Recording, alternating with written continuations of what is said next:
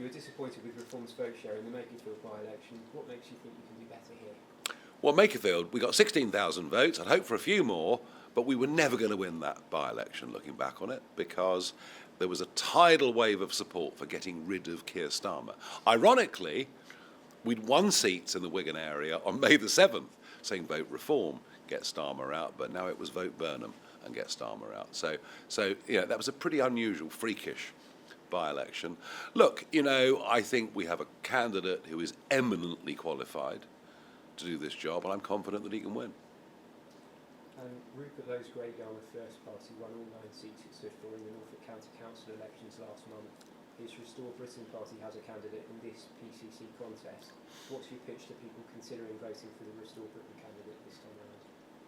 I have no pitch to those that wish to vote for Restore. All I would say to them is I don't hold anything for that party, but I'd say to the voters, maybe not the activists, Colin Sutton is the most famous living detective in Britain.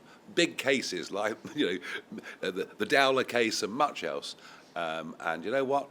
You might as well just, for the moment, put aside any loyalty. And I'd say this also to Labour and Conservative and Green voters. This man is clearly eminently qualified for the job, so vote on ability. Last question. Christopher Harburn was registered to vote in Britain. Would Reform UK accept further donations from him were he to offer them? Gladly. Of course. Of course we would. And we're very pleased that he's re-registered back in the UK. Thank you ever so much for your time. Thank you. Thank you very much indeed, and good evening, everybody. Well, that is an absolutely fantastic welcome, and thank you. And of course, I was here a few times earlier this year, out supporting candidates in the run-up to those Norfolk County Council elections, and I have to say, to be introduced this evening on stage just a few weeks later by David Bick, Reform Leader of Norfolk County Council.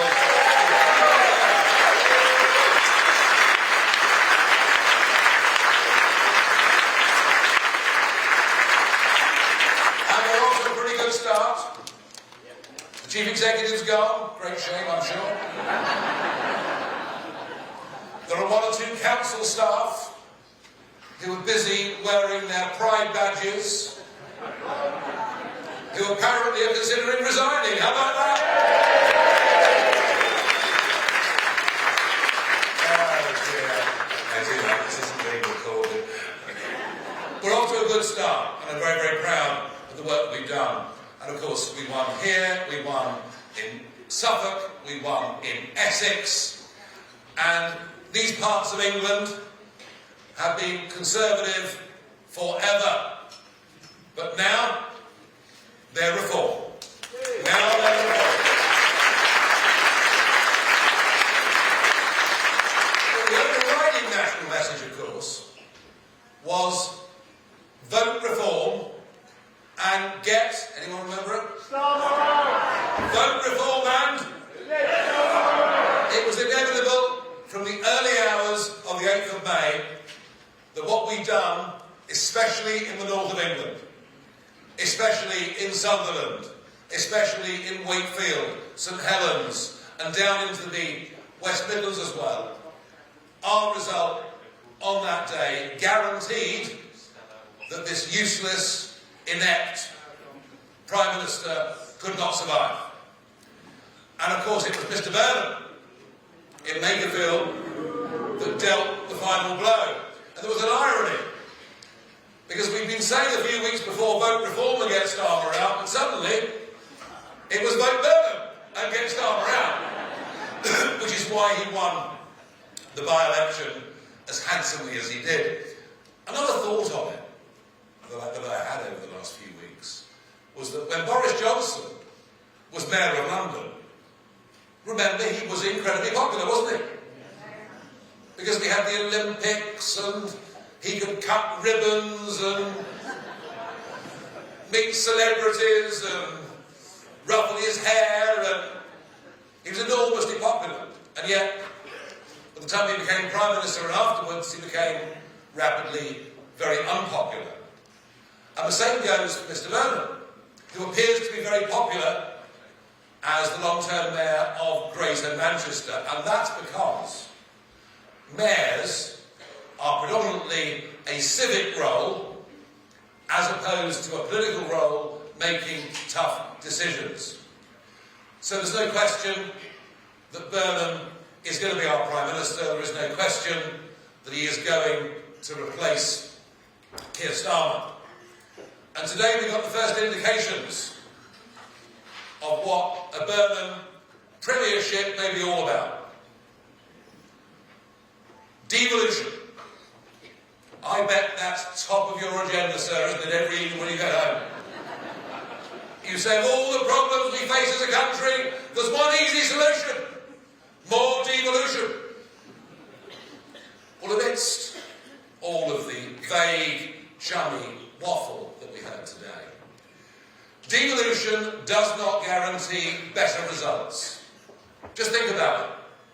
Has devolution for London, in the shape of Sadiq Khan, given us safer streets in London? Has devolution in Wales, after a quarter of a century of Labour, given a better health service or a better education service? No, it's given the worst in the whole of the United Kingdom. And has devolution in Scotland cleaned up Scottish politics? I should cocoa.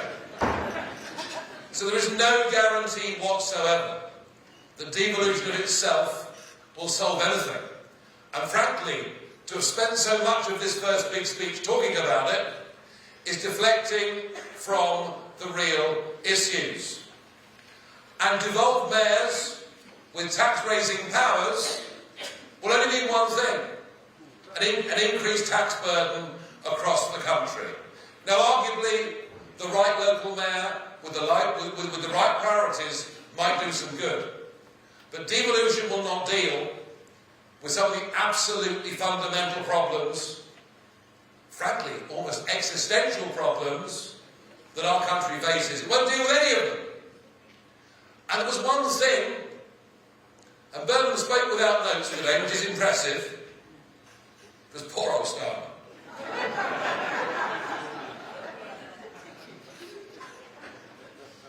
I first spotted him on July the 5th, 2024. You know, he'd known for a year he was going to be elected as Prime Minister. So you'd have thought he might have had half a clue what he was going to say.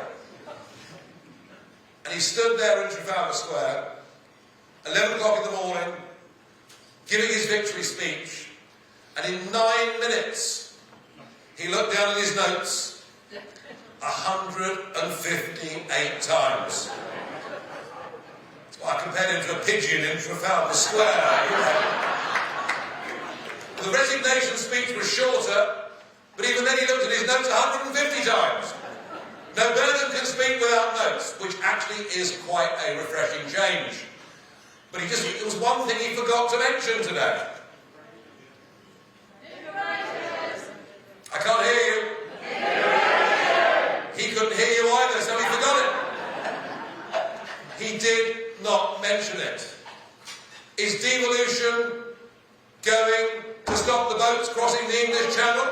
Is it hell? Does Burnham have a plan of any kind to stop the boats crossing the Channel? No, he doesn't. Is Burnham committed to continued membership of the European Convention on Human Rights? Yes, he is. The very same convention that the Conservatives in power had 14 years to deal with and did nothing, but now tell you they've decided it's time to leave. Well, I don't trust them either to deliver, given what they did in 14 years in office.